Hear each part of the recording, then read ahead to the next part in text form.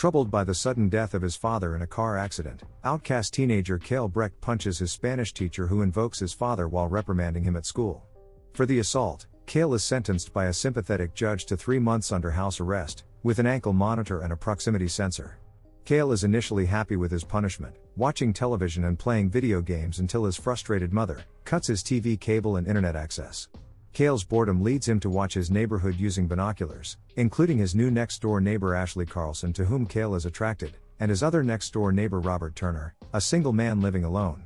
Upon observing his neighbors, he learns things about them. One night Kale becomes suspicious of Turner after he returns home in a 1960s Ford Mustang with a dented fender, which matches the description of a car given on a news report of a serial killer at large. Kale befriends Ashley, and the pair begin to spy on Turner together. Along with Kale's best friend Ronnie, they observe Turner arriving home with a woman. She is seen running around his house in a panic but later appears to leave in her car. His anger is exacerbated by Ashley throwing a party at her house next door, where Kale observes Ashley flirting with people and socializing with popular groups from school. As a petty act of jealousy, Kale moves his speakers out onto the roof and blasts non-party and chill music by Minnie Riperton to disrupt the party. Ashley furiously breaks into the house to turn off the music. Kale reveals he has been observing her since she moved in and is romantically interested in her. The pair share their first kiss. The following day, Kale asks Ashley to follow Turner to the supermarket so that Ronnie can break into Turner's car to get the code of the garage controller. Ashley agrees but is caught in the parking lot by Turner, who intimidates her. She tells Kale she doesn't want to take part anymore, shaken by her encounter with Turner. Ronnie realizes he left his phone in Turner's car and breaks into Turner's house to retrieve it, with Kale watching at a distance. While inside, Ronnie gets trapped when the garage door closes. Kale attempts to rescue him but alerts the police upon leaving his property with the ankle monitor.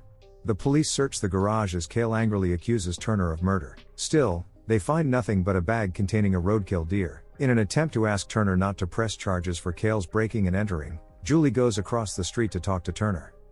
Ronnie reveals that he has escaped from Turner's house. Kale watches the video Ronnie made while running through Turner's house, and he notices something strange behind a vent, something wrapped in plastic.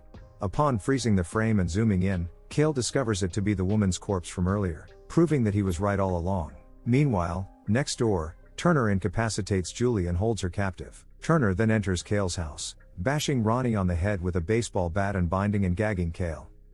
He reveals his plan to frame Kale for the murders and makes it appear that Kale killed himself. Ashley arrives, giving Kale a chance to attack Turner. He throws him from the top of the stairs before Ashley frees him from his bindings. They then jump out of the window into the pool as Turner resurfaces. Kale's ankle monitor again alerts the police, and he enters Turner's home to search for his mother. In a hidden room, Kale finds ample evidence of Turner's previous murders, including a woman's dress and wig, indicating Turner pretended to be the woman leaving the house the night Kale and Ashley were watching.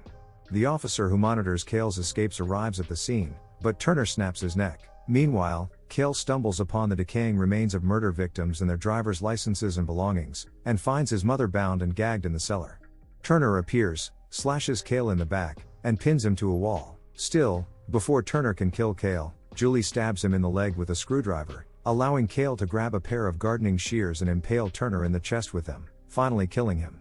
In the aftermath, Kale is shown being allowed to cut his ankle bracelet off, for good behavior. Later he gets revenge on his young neighbors, the Greenwood boys, who had pulled pranks on Kale previously. After that, he kisses Ashley on his sofa while Ronnie playfully videotapes them with plans to put the video up on YouTube. Nevertheless, they do not show any sign of annoyance, other than Kale doing a half-hearted middle finger at Ronnie.